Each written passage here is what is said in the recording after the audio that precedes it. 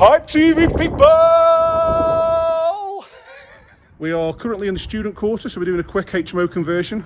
So it's this house here, if you follow my finger, the tickling stick. It's from there to there. And with regards to a rented accommodation around here, you couldn't get a better location because that's a university. So you've only got to roll out of bed and you're there, folks. So the location on this one is spot on.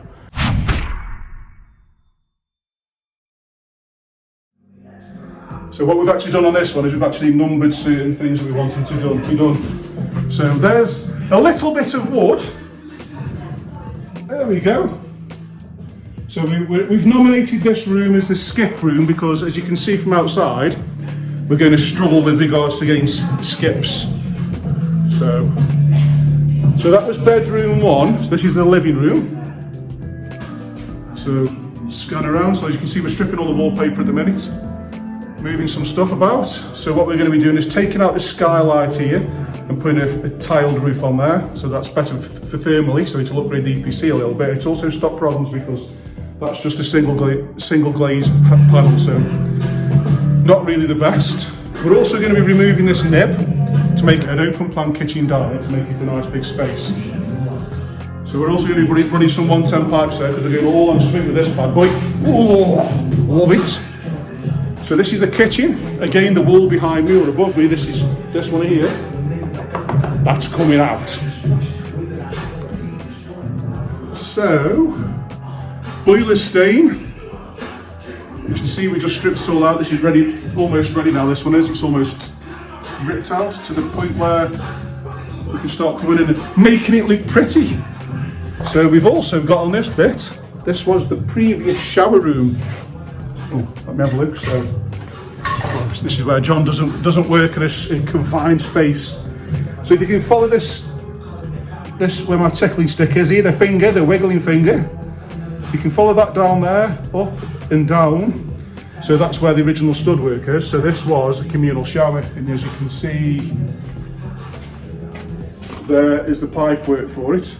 So because this has actually been leaking for a long time, we've had to remove all the stud work because the timber's got wet, and if you can see the stuff that looks like webs, it looks like a root, it's actually called dry rot. So we've actually got dry rot spores inside here now, so we're gonna have to clean all this up and treat it. It's even all the way over there as well, look. So these web-like features, and that's because the conditions have been right on the timber because it's been wet. The conditions have been right for it to grow it outside as a spore. And it's now started eating away all the timber, so we've had to remove it all. So it's not very good stuff and it's not very nice, folks. However, we are taking it out. And into the back bedroom. So this is actually obviously already done. We haven't done an extension on this one, it's the previous one. We've got a bit of a bed there. I wouldn't sleep in it myself, and I certainly wouldn't pay rent for it. So again, we're going to be trying to find a way into here because inside there, there's the toilet, and if you want to see a horrible toilet, this is it.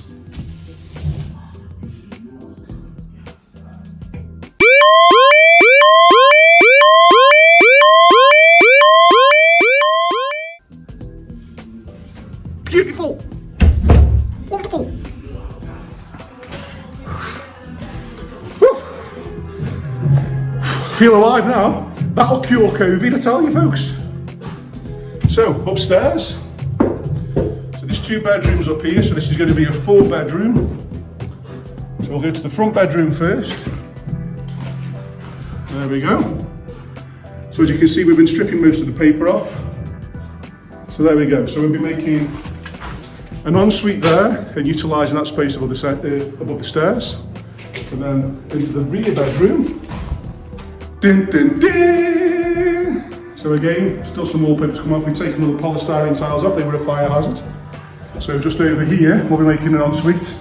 So we can go back to back through the wall with the other ensuite, and then we can drop the pipe work down and run the pipe work over here. So, builder's tip for you, or a developer's tip, or anybody out there that wants to learn something that can save you a little bit of money. It's always good to spend a little bit extra time in the house and design where your pipe work's going to go, because if you can design it with the most, you can actually spend a bit of time and design it in a more cost-effective manner. So what we're actually doing is running the 110 pipe from here. So the 110 pipe is the big type pipe that all the wee and poo goes down at the back of the toilet.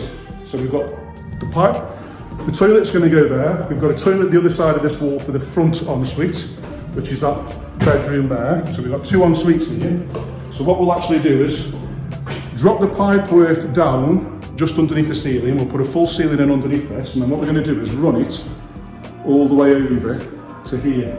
And the reason I'm picking there, because normally when you have a look outside, there's no 110 pipe that's exposed outside. So there's no pipes that you can see, because the toilet is actually inside that small roof there. So what we're going to do is, because of the height of the pitch on here, we're going to go under the floor, we're going to run the pipe above the ceiling and then this roof void along, and then as you can see, the roof steps down here. So we'll boss through into that roof, and then we'll drop down straight away into the toilet. And what that's enabled us to do is stopped us having to dig up and put manholes inside there. We can actually do it all from this, all from a higher level, and drop it down into the toilet. So when we come to do it, I'll show you a bit more. But there's a little bit of a tip, is if you spend a little bit more time making a decent plan, you can actually save a bit of money. So there you go, developer stroke builder's tip. And on this project, that's it from me. Hi building people, like, share and subscribe, and I'll see you soon. Mwah.